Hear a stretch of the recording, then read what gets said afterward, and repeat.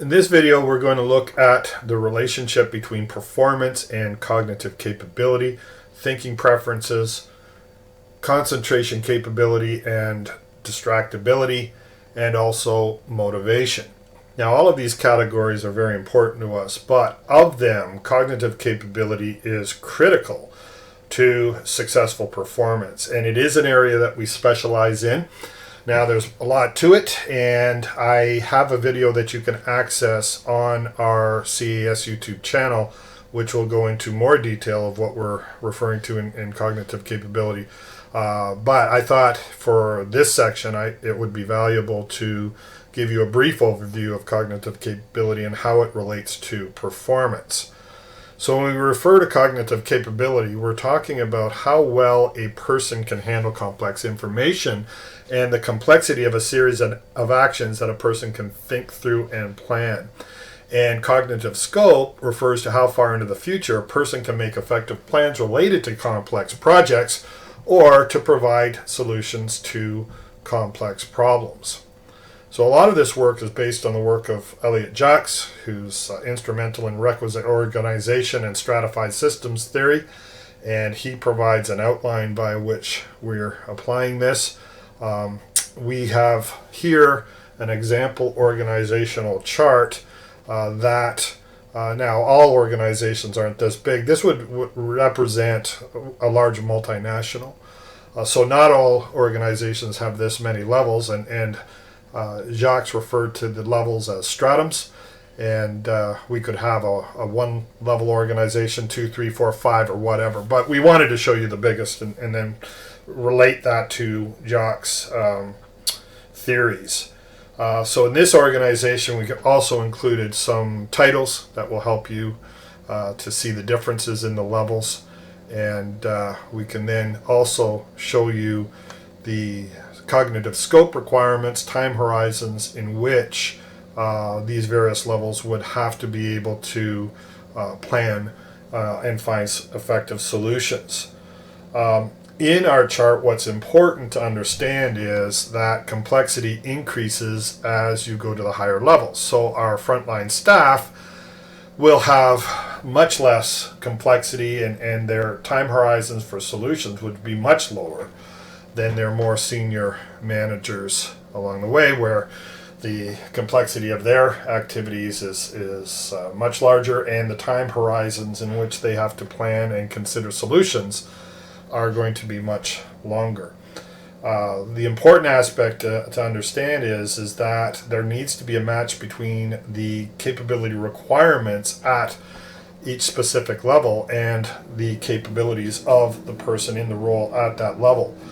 If the person's capability is below what's required, they will not perform, they will be overwhelmed, and if their capability is above, they will be bored and either fly under the radar and not be particularly focused on performance, therefore possibly making errors of omissions and all sorts of other mistakes.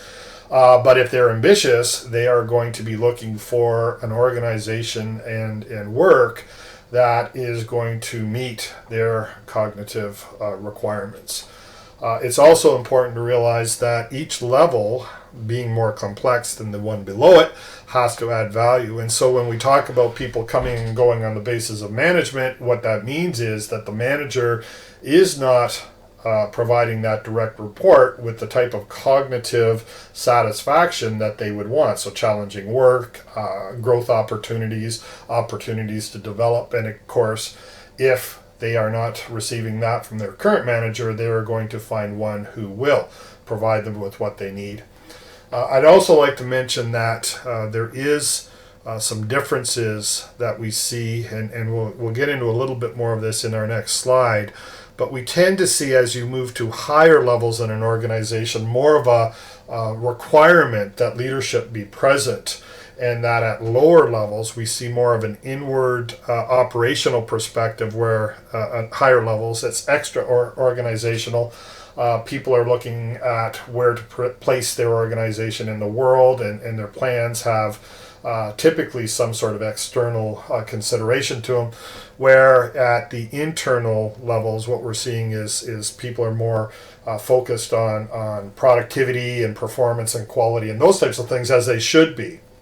Where it gets interesting is in mid-sized organizations that may reach 4 or 5 levels, we see a challenge in balancing leadership and management. So that we will talk about that a little bit farther in our presentations. But I did want to provide you with that background information so that you can then refer to this as we look at the next level in this particular video.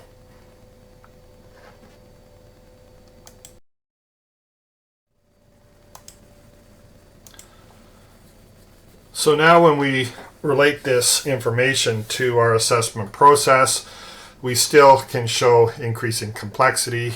We can show the various levels of our organizations and the time horizons in a slightly different manner. We can identify our various participants, and we can get various measures of cognitive capability.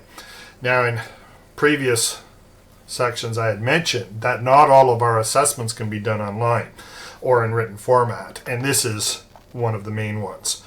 What we can do is ask some questions about complexity of projects and durations of projects and a person's involvement, but typically we don't get the type of information out of that process that's really going to help us to determine the capability of that person, either at that time or current. We can also ask some questions about their capability to plan, and we'll similarly get self-reported impressions of how well they think that they can plan and how far in the future that they think that they can provide solutions. But again, that's additional information I think that is helpful, but it certainly doesn't answer what we really want to know. So it's only through the interviewing process that we can actually find out what we need to know. And this is because we can do a give and take with the subject and lead them down a path that is going to answer the questions that we want to know based on what we understand of capability and the various levels of complexity that occur and the various time horizons in which they're going to need to operate. And so within that interviewing, then that enables us to determine not only their current capability, but also gives us an idea of when they are going to be ready to move to the next level of complexity. Now, this is based on the fact that when people are young adolescents, they develop their cognitive capability. The point is that they don't all develop the similar levels at that time. And so some people will develop higher levels of capabilities than others. And knowing that people's capability grows over time, some people will have more of a head start, for lack of a better way of putting it, than others. And this is where you would identify people who stand out as compared to their peer group as having higher capability and thus being high potentials. So as we look at this, we can chart on or component on the right, we can see that subject E has the highest capability, and that's congruent with the fact that their capability was slightly higher than the other ones today. And so what we're saying is that within a given time frame, they will move from being able to plan in perhaps the 3-4 year range into perhaps 7-8 years. They'll extend their time horizon, and in that they'll be able to handle increasingly complex work, which then, if you again think of this as an organizational structure, they will be able to move up to a higher level within the organizational structure that it's going to provide for that cognitive need. In relation to our previous slide where we were talking about the capability match, our group, then we can create capability scores for our members of the group. And we can say if the positions in their specific team require a capability in this range, 2 to 5 year time horizon, and the subsequent complexity that goes along with that, we could say that these 3 members member B, D, and E should all be able to perform at that level or slightly above. Then it creates some degree of concern, depending on how much lower on the scale, but some degree of concern over member A and member C, and will they then be able to perform at the level based on the requirements for the team. Similarly, going back to what we were talking about before, if the actual requirement level was down in this range, then all of our group would be above it and bored and looking, if they're talented and want to continue in their careers, they're going to be looking for something else.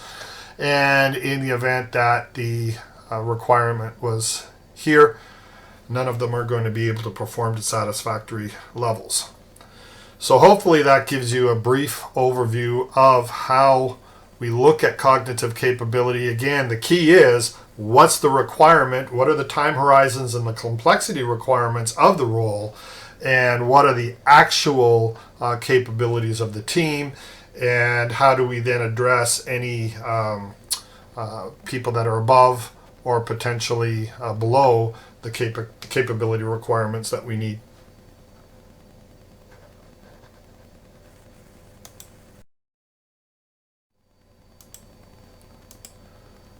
So as we move forward, we can start to see some interrelationships between cognitive capability and thinking preferences. And so we can combine those two assessment results on the same page. Here's our original cognitive capability with our time horizons and our original data. And now we have included thinking preferences in as well. The reason that this can be important is because we tend to see a tendency towards abstract thinking at the higher levels. And at the lower levels, there's more of a tendency to see concrete thinking. And so this would be congruent with our perception that at upper levels, people should be more focused on leadership and moving away from management to a certain degree, whereas the lower levels, there's more of internal focus on productivity and management and real world shorter term thinking, as compared to the extra organizational longer term thinking that would be found in an abstract thinking preference. So then when we come across to look at our people, what we tend to see is their dominant traits for 4 to be in the, 3 of our 4 are in the concrete sequential preference, and so would tend to be more towards the lower, although what we see is member B is concrete random. So there's still in this range that is somewhat congruent with the need and their cognitive capability at the lower levels.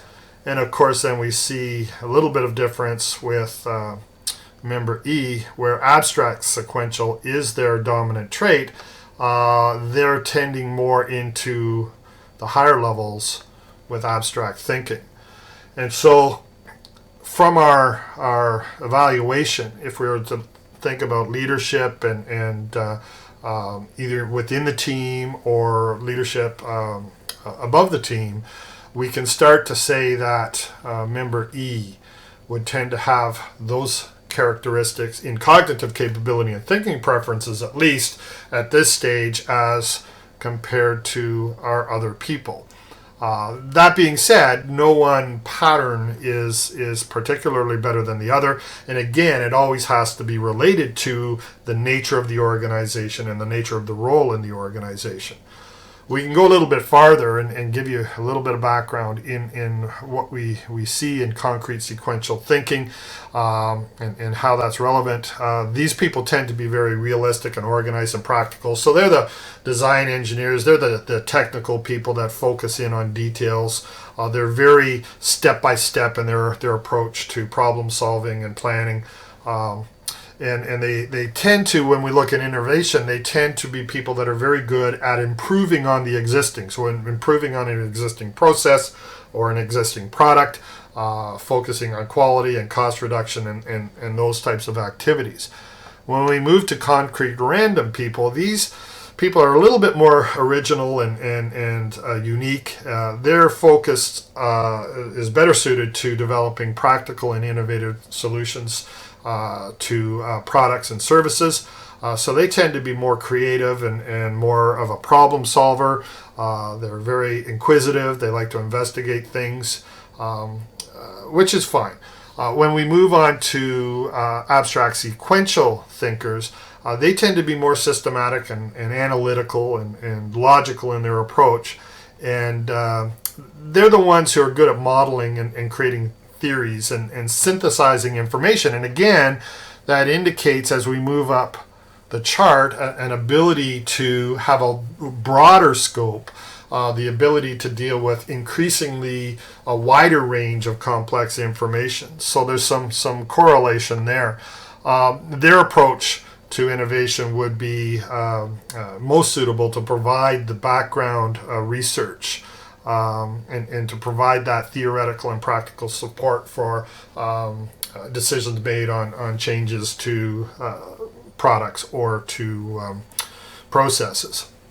Then finally, what we see with abstract random people, their thinking is really focused on communication and interpersonal relationships. They're again imaginative as well, but their role in the innovative process is really in facilitating internal collaboration and in networking with external people. So then if you think of that in relation to member E, and they're getting more of an external group or external organizational focus, there's a larger scope. How do we integrate external resources? How do we communicate with external resources? You can see that there is congruence with that type of thinking and that type of cognitive capability and that type of positioning in an organization.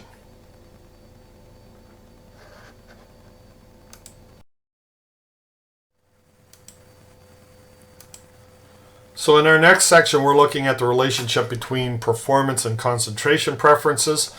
And here we can see in our new chart, this section refers to distractibility, and this scale shows increasing distractibility and where it would get to noticeable levels. And this side shows our three different concentration components.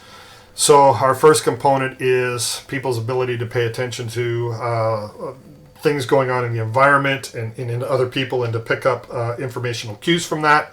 Our second is the ability to analyze and conceptualize, to plan, to solve complex problems. The third is the ability to pay attention to details and to take action. Now, we all have dominant and secondary and weaknesses in our concentration. We all use them in various ways at various times. Again, it depends on what's mostly required in the role. So if our role requires us to analyze and conceptualize, we see that our three members here, B, C, and E, are very good at that. And so they're a good fit with what they're doing most of the time. Their secondary traits seem to be in their awareness of the environment and getting cues from the environment, which is fine because we all need to do that as well. Their weakest is in paying attention to details and taking action. But that is fine in that, depending on their role, can they delegate those details to somebody else? They're showing a managerial profile. Managers tend to be strongest in this. Secondary tends to be here. And third tends to be to delegate the details to somebody else. And so where I referenced before that all of these characteristics work in combination, they're not operating in silos. Somebody who has a high need for control, high self-confidence, and if they were very high in detail orientation in a managerial role, that's your micromanager. And so from a performance standpoint, what we would want to do is say you need to focus your concentration on what you should be focusing it on and finding techniques, one being delegation, to reduce that. So when we look at it, we see diversity in our people. We see that D would struggle they're going to be the strongest in paying attention to detail and taking action, and that's fine if that's required in the position. But they will struggle when they're required to be analytical and conceptualize, and to a certain degree, they're going to struggle to find performance-related information from their environment and the people around them. What's important to realize is that when we're under stress, we always gravitate to what we're strongest at. And so our 3 here, when under stress, will gravitate towards analyzing a situation and conceptualizing and that type of approach. But if it requires, the situation requires them to pay attention to details, they're not going to perform. So performance requires you to pay attention to the right things at the right time and to be aware of where you're going to go when you're under stress, which often happens in the work environment, and then how, from a performance standpoint, can we mitigate that and to create awareness of the need to focus on other things. Now, this is also going to be influenced by what we call reduced flexibility, and this is the ability to shift concentration to where it needs to be depending on the situation. And when we look at our scale here, we can see that member B and member E are going to be pretty good at shifting to whatever level. Now, their preference may not be detail-oriented or action-oriented, but they will be aware of and able to shift to that more readily than some of the others when it's required for them to shift away from their preference. Specifically, C and D. C is going to stay in an analytical mode when perhaps they should be paying attention to details, and D is going to stay in a detail mode when perhaps they should step back and analyze what's going on in the environment or analyze a different way of approaching a solution to a problem. So this is a very important characteristics, and it's important to me in a number of different ways. We want flexibility in communication and leadership styles and how we develop interpersonal relationships. So the ability to move to different approaches depending on the situation is very, very important to performance. And also is the ability to reduce the impact of distractions. So distractions will influence your ability not only to shift focus to what should be your focus at any given time, but also to get the most of your strength when you are focusing on the right thing at the right time. So in this case, our people aren't particularly internally distracted, so they're not distracted by thoughts and feelings, especially the case with member A. Members B and C are somewhat susceptible to that, and so we may want to do some sort of work in making them aware of that, finding techniques perhaps to mitigate internal distractibility when it occurs. In addition, what we see is a more of a priority in coping with external distractibility. And here we see that E is fine. They're not going to be particularly distracted by external influences, but C has a high level of external distractibility. And when you combine that with their high awareness of the environment, they can have a performance issue when distracted in their work. Our other people could possibly use some help in that as well, and it may be, what do? Do we change the environment to reduce the opportunities for external distractions to occur? Do we work with people to reduce stress? Do we work with them to be aware when external distractions are happening, and how could they possibly reduce or eliminate their effect? So again, we can see, even though we've got a fairly congruent team in a number of different areas, in this area we can see that we could have some performance issues based on the diversity of how people concentrate and their susceptibility to distractions.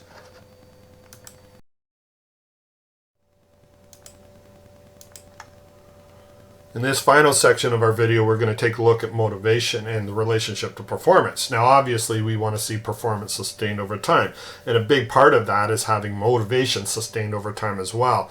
So we really want to get as much of a match as possible between an individual's motivational preferences and their work, their manager, their team, and the overall environment.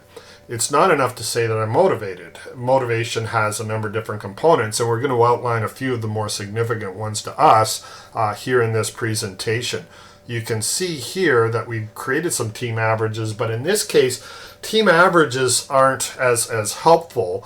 It's more important to focus on the individual motivational makeup, but we'll take a quick look at that. What this scale is telling us that our people tend to be more motivated by following procedures, and they prefer structure as compared to what we call options orientation, where they're more free-flowing, they're more creative, and they don't particularly like to be structured in their work. They tend to like big picture analysis, looking at larger scope or from a larger scope perspective as compared to paying attention to specific details. They tend to be more motivated by internal thoughts and opinions rather than external feedback from their environment. They tend to be more motivated towards goals rather than away from problems. And I should mention that away from problems motivation, it really is the same as a goal. Those people, their goal is to avoid problems. So think of your quality assurance people. That's usually their motivational background. Then we look at whether or not people are more proactive in their motivation, or are they reactive, which means that proactive is they're going to get going on their own. Sometimes reactive people wait for somebody else to take the initiative.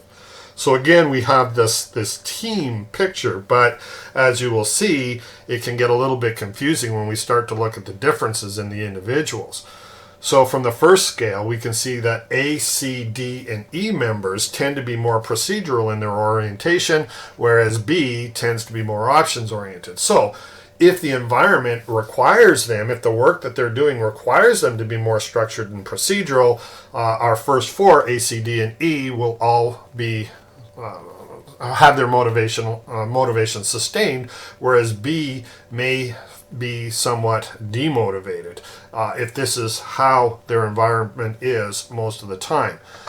Similarly, B, C, and E tend to like larger scope work, to taking a larger scope perspective in their environment, where members D and A tend to be more focused on specifics and details. And similarly, members B, C, and E tend to be more motivated by their internal opinions first, and then they'll go secondarily to their environment to get feedback, where members A and D tend to be more motivated by the external environment first, so hearing what their customers say first, and then verifying that secondarily with their internal opinions and values. So you can see it gets complicated, and what's important from a managerial aspect is to understand these differences in these individuals and try to mitigate the demotivating factors as much as they possibly can. You'll see we also grouped these together, and the reason that I do that is because I tend to see more of an interaction between them. So here what we're looking at is the combined, whether people are proactive away from problems or towards goals, or reactive away from problems towards goals. We can basically see four styles. And from that, we can say that our members A and B tend to be proactive towards goals. And what that means is they tend to move quickly. Give them a goal and they tend to move very quickly towards it, which is fine if this is what's required, but sometimes what they can do is make errors because they move too quickly, forgetting to pay attention to some of the things that are important to resolving the goal, and therefore having to sometimes repeat and go back and redo. Similarly, member D is reactive away from problems. And so these types of people tend to, identify a problem, but they're always looking for more and more information to troubleshoot and make sure that they don't miss it or don't misdiagnose the problem and their potential solution. They can tend to move too slowly for other people. They always seem to be going back and gathering more information. So you can see from that perspective, we've got three members that are opposite ends in their motivation and in their speed in moving forward, either to solve goals or to resolve problems. And that can cause internal conflict to a certain degree. That's the first group is going to think that the second group is moving extremely slowly, and the second group is going to, member D is going to think that A and B is moving way too fast. What we tend to like to see is the crossover fact, and we see this with C and E, where they are, towards goals reactive, which means that give them a goal, they will take an appropriate amount of time to find the information that's important to moving forward to that goal, and then they will move forward. We don't have a member like that in this case, but the counterpart to that would be proactive, away from problems. And so in that case, give us a problem, we will take an appropriate amount of time to gather the information, and then we will proactively move forward.